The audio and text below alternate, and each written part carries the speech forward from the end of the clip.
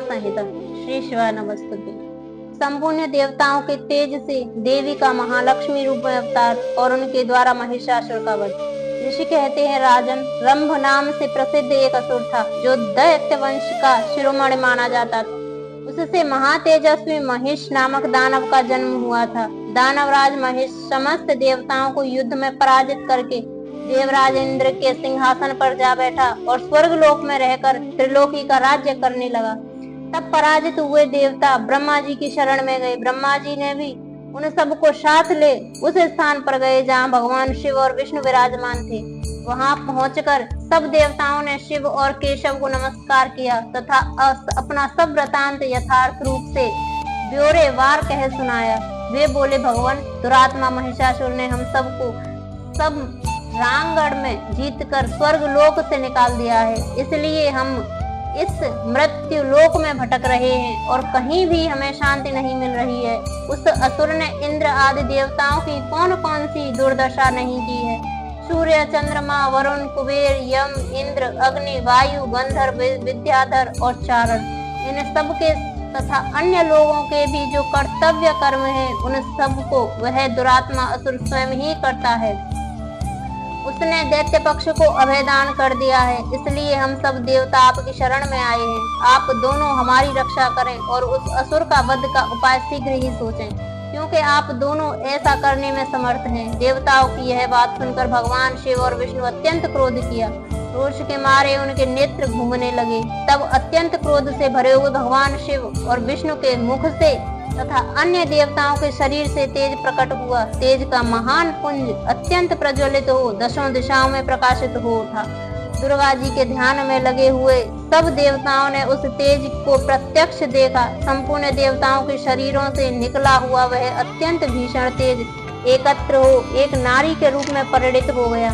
वह नारी साक्षात महिषासुरमर्दिनी देवी थी। उनका प्रकाशमान मुख भगवान शिव के तेज से प्रकट हुआ था। भुजाएं विष्णु के तेज से उत्पन्न हुई थी। केश यमराज के तेज से आविर्भूत हुए थे। उनके दोनों स्तन चंद्रमा के तेज से प्रकट हुए थे। कटिभाग इंद्र के तेज से, जंघा और उरु वरुण के तेज से पैदा हुए थे। पृथ्वी के तेज से नितंबिका और ब्रह्मा जी के तेज से दोनों चरणों का आविर्भाव हुआ। पैरों की उंगलियां सूर्य के तेज से और हाथों की उंगलियां वसुओं के तेज से उत्पन्न हुई थी। नासिका कुबेर के दांत, प्रजापतियों के 3 नेत्र, अग्नि के पढ़ रही हूँ मैं, काय क्या रही है? अब मैं पढ़ते हूँ, जब आवाज मत लगा करो ने।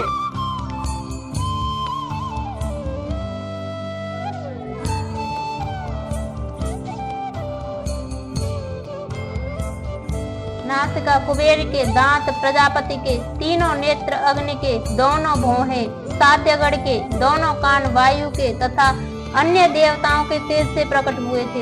इस प्रकार देवताओं के तेज से प्रकट हुई कमला लया लक्ष्मी ही वह परमेश्वरी थी। संपूर्ण देवताओं की तेज और राशि से प्रकट हुई उन देवी को देखकर सब देवताओं को बड़ा हर्ष प्राप्त हुआ, परंतु उनके पास कोई अस्त्र नहीं था। यह देख ब्रह्मा आदि देवेश्वरों ने शिवा देवी को अस्त्र शस्त्र से संपन्न करने का विचार किया।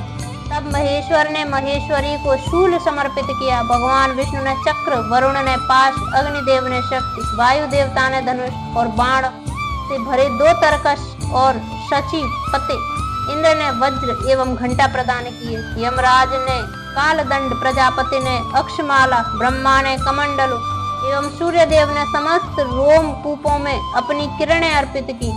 काल ने उन्हें चमकती हुई ढाल और तलवार दी। क्षीर सागर ने सुंदर हार तथा कभी पुराने न होने वाले 2 दिव्य वस्त्र भेंट किए। साथ ही उन्होंने दिव्य चूड़ामणि, 2 कुंडल, बहुत से कड़े, अर्धचंद्र, केयूर, मनोहर, नुपुर, गले की हंसली और सब उंगलियों में पहनने के लिए रत्नों की बनी हुई अंगूठियां भी दी। विश्वकर्मा ने उन्हें मनोहर फरसा भेंट किया। साथ ही अनेक प्रकार के अस्त्र और अभेद्य कवच दिए।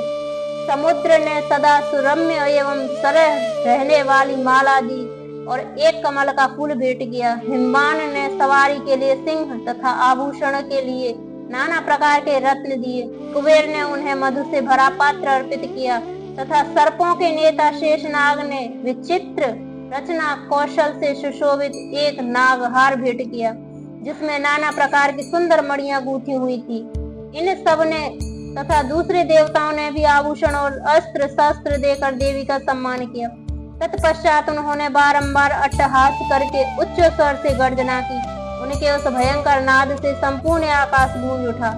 उससे बड़े जोर की प्रतिध्वनि हुई, जिससे तीनों लोकों में हलचल मच गई। चारों समुद्रों ने अपनी मर्यादा छोड़ दी, पृथ्वी डोलने लगी। उस समय महिषासुर से पीड़ित हुए देवताओं ने देवी की जय जयकार की।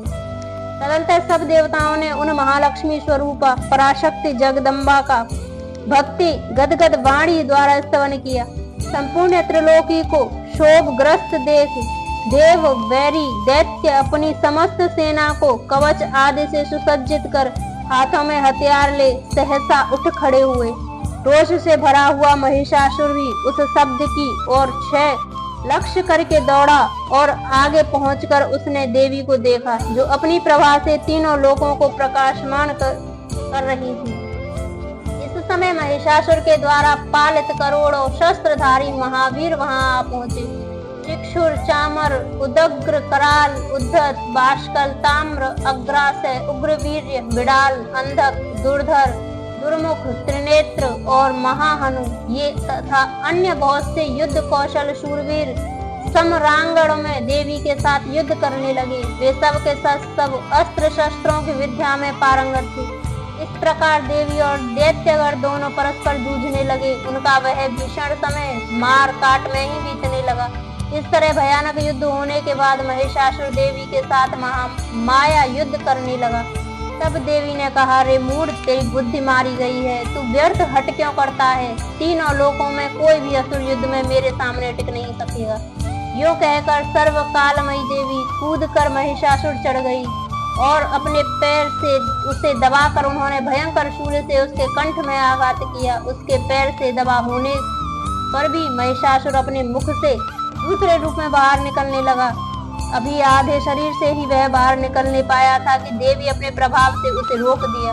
आधा निकला होने पर भी वह महाअधम दैत्य देवी के साथ युद्ध करने लगा। तब देवी ने बहुत बड़ी तलवार से उसका सिर काटकर उस असुर को धराशायी कर दिया। फिर तो उसके सैनिक गढ़ हाय हाय करके नीचे मुख किए भयभीत हो रणभूमि में भागने और त्राहि त्राहि की पुकार करने लगे। उस समय इंद्र आदि सब देवताओं ने देवी की स्तुति की, गंधर्व गीत गाने लगे और अप्सराएं नृत्य करने लगी। राजन, इस प्रकार मैंने तुमसे देवी के महालक्ष्मी अवतार की कथा कही है। अब तुम स्वस्थ चित्त से सरस्वती के प्रादुर्भाव का प्रसंग सुनो।